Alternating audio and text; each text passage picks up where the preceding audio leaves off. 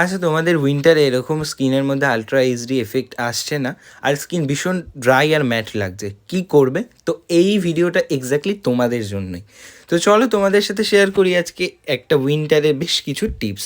এটা ছিল মডেলের বিফোর লুক। আমি স্কিন প্রিপারেশন করেছিলাম, তোমাদেরকে বলে রাখি আমি যেটা ফলো করি, স্কিনে একবার ময়শ্চারাইজারের কোট দেওয়ার পর সেটা ম্যাসাজ করে পেনিট্রেট হওয়ার পর আমি সেকেন্ড টাইম আবার ময়শ্চারাইজার দিই, দেন আবার ম্যাসাজ করি। আমি তারপরে লিকুইড হাইলাইটার বা স্ট্রোব ক্রিম দিই, কিন্তু প্রাইমারটাকে সম্পূর্ণভাবে অ্যাভয়েড করি, কারণ প্রাইমার যাদের দরকার নেই, স্কিনকে বেকার ম্যাট করে কোনো লাভ নেই। যাদের স্কিনে মেকআপ সরে যায়, শীতের সময়ও সোয়েট হয়, ওপেন পোর্স রয়েছে, শুধু তাদেরকেই প্রাইমারটা দাও। যাদের স্কিনে কোনো প্রবলেম নেই তাদেরকে বেশি করে প্রাইমার দেওয়ার কিন্তু কোনো মানে হয় না, তাতে কিন্তু মেকআপটা আরও ড্রাই হয়ে যাবে উইন্টারে।